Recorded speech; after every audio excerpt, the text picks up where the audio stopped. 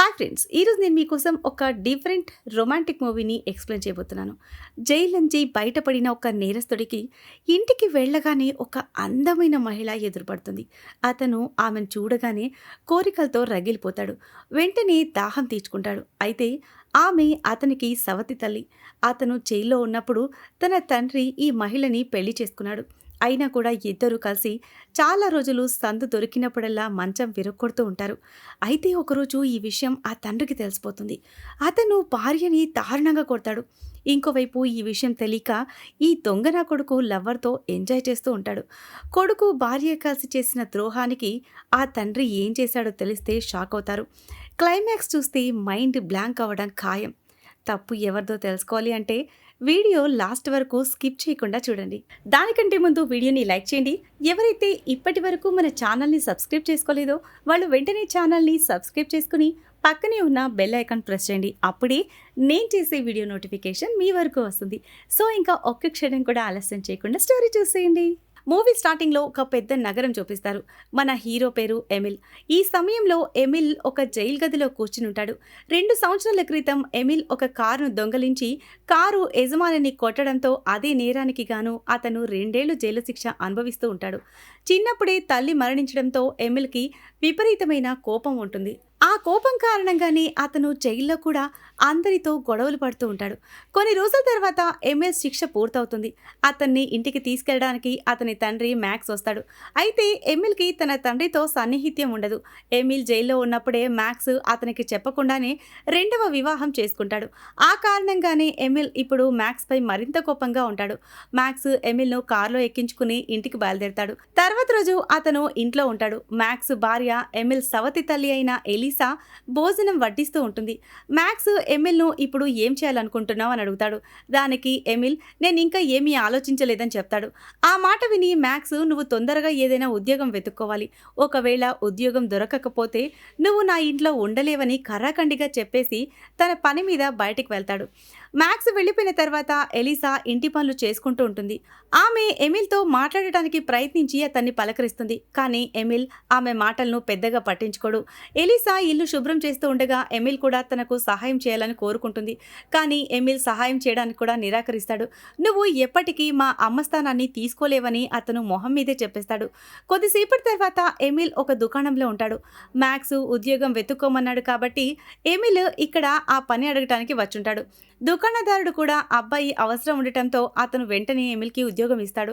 ఉద్యోగం దొరికిన సంతోషంతో ఎమిల్ ఇంటికి వచ్చి తన గదిని శుభ్రం చేసుకుంటూ ఉంటాడు. అలా శుభ్రం చేస్తూ ఉండగా అతనికి కొన్ని ఫోటోలు దొరుకుతాయి. ఆ ఫోటోలు చూసి అతను చేతికి పని చెప్తూ ఉంటాడు. అదే సమయంలో ఎలిసా డోర్ తెరుస్తుంది. ఎలిసాను చూసి ఎమిల్ కంగారు పడతాడు. వెళ్ళిపో అని అరుస్తాడు. ఎలిసా కూడా అతని మాట విని అక్కడి నుండి వెళ్ళిపోతుంది. ఎమిల్ ఏం చేస్తున్నాడో చూసినా కూడా ఆమె ఏమీ మాట్లాడదు. కాసేపటి తర్వాత మనసు మార్చుకోవడానికి ఎమిల్ పార్కుకి వస్తాడు. ఇంతలో ఒక అమ్మాయి అతని దగ్గరకు వస్తుంది. ఆమె పేరు క్లారా.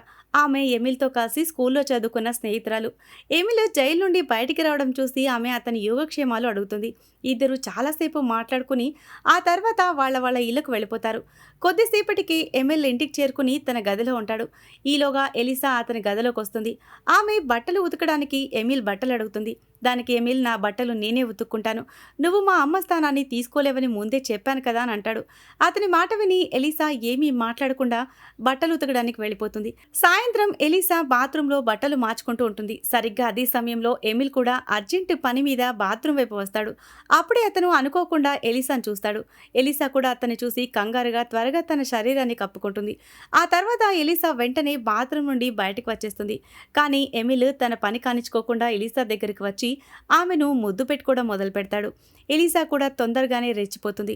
వెంటనే ఇద్దరు ఒకరి దాహం ఒకరు తీర్చుకోవడం మొదలు పెడతారు. పని పూర్తవగానే ఇద్దరు ఫ్రీ అవుతారు. సరిగ్గా అప్పుడే వాళ్ళకి మ్యాక్స్ పిలుస్తున్న శబ్దం వినిపిస్తుంది. దాంతో ఇద్దరూ భయపడతారు. మ్యాక్స్ అనుకున్న సమయం కంటే ముందే ఇంటికి వచ్చేస్తుంటాడు. ఎమిల్ త్వరగా గదిలోని బాత్రూంలో దాక్కుంటాడు. ఎలిసా కూడా బెడ్షీట్లో తనను తాను కప్పుకుంటుంది. మ్యాక్స్ ఆమె యోగక్షేమాలు అడుగుతాడు. ఆ తర్వాత బాత్రూంకి వెళ్ళడానికి ప్రయత్నించగా ఎలిసా అతన్ని తన దగ్గరికి రమ్మని పిలుస్తుంది. ఎలిసా మాట విని మ్యాక్స్ ఆమె దగ్గరికి వచ్చి వెంటనే తన గన్నుకి పని చెప్తాడు. వాళ్ళిద్దరూ ఆ పని చేసుకుంటూ ఉండగా ఈ గ్యాప్లో ఎమిల్ అక్కడి నుంచి పారిపోతాడు. మ్యాక్స్ ఎప్పుడు ఆమెతో దబిడిదిబిడి చేస్తున్నా త్వరగా ఆపేస్తూ ఉంటాడు. పని పూర్తి చేయడంలో అతను వెనకబడి ఉంటాడు. ఎలిసా కోరిక ఎప్పుడూ తీరదు. అందుకే ఆమె దాహాన్ని ఎమిల్ తీరుస్తూ ఉంటాడు. మ్యాక్స్ పనికి వెళ్ళగానే ఇద్దరూ ఒకరితో ఒకరు ఆనందిస్తూ ఉంటారు. ఇదిలా ఉండగా ఎమిల్ స్నేహితురాలు క్లారా కూడా తరచుగా అతన్ని కలవడానికి వస్తూ ఉంటుంది. మనసులోనే ఆమె ఎమిల్ను ప్రేమిస్తూ ఉంటుంది. కానీ ఎమిల్ మాత్రం ఆమెను కేవలం మంచి స్నేహితురాలుగా మాత్రమే భావిస్తాడు. ఒక రాత్రి ఎమిల్కి దుకాణం దగ్గర ఆలస్యం అవడంతో క్లారా అతన్ని ఇంటి దగ్గర దింపడానికి వస్తుంది. ఎమిల్ ఆమెను తన గదిలోకి తీసుకువచ్చి తన పాత ఫోటోలు చూపిస్తాడు. ఫోటోలు చూసిన తర్వాత క్లారా నేను నిన్ను ప్రేమిస్తున్నానని ధైర్యంగా చెప్పేస్తుంది. ఆ మాట విని ఎమిల్ ముందుకు వచ్చి ఇద్దరూ ఒకరినొకరు ముద్దు పెట్టుకోవడం మొదలు పెడతారు. సరిగ్గా అప్పుడే ఎలిసా గదిలోకి వస్తుంది. వాళ్ళిద్దరినీ కలిసి చూసి ఆమెకి సంతోషంగా అనిపించదు. క్లారాను చూసిన తర్వాత ఎలిసా అక్కడి నుండి వెళ్ళిపోతుంది. ఎలిసా చూసిన తీరుకి క్లారా ఆశ్చర్యపోతుంది.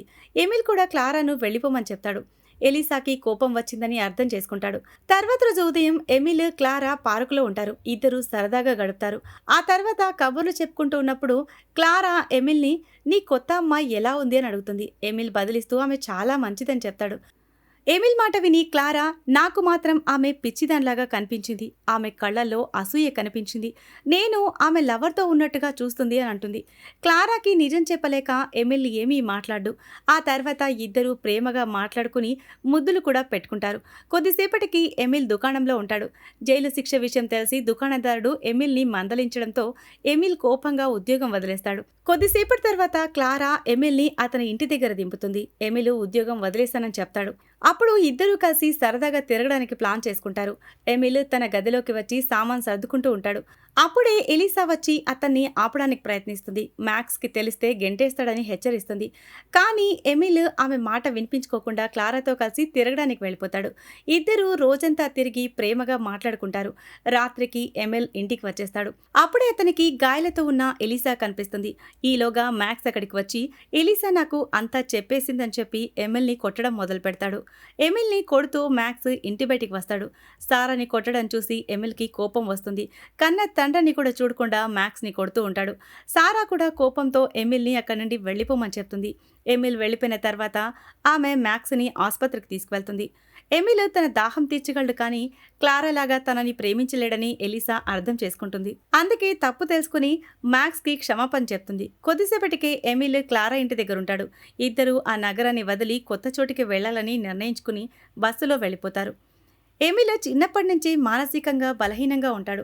తల్లి ప్రేమ, తండ్రి ప్రేమ, ప్రాణ స్నేహితుడు లేకపోవడంతో ఎమిల్ ఎప్పుడూ మౌనంగా ఉంటాడు. క్లారాను కోల్పోకూడదని నిర్ణయించుకుని అన్నింటినీ వదిలేసి ఆమెతో కలిసి వెళ్లాలని నిర్ణయించుకుంటాడు. ఈ సీన్తోనే ఈ మూవీ ఎండ్ అవుతుంది. సో ఇది ఫ్రెండ్స్ ఇవాల్టి స్టోరీ. ఈ స్టోరీ కనుక మీకు నచ్చినట్లయితే మరికొన్ని ఇంట్రెస్టింగ్ స్టోరీస్ కోసం ఛానల్ని సబ్స్క్రైబ్ చేయండి. Thanks for watching.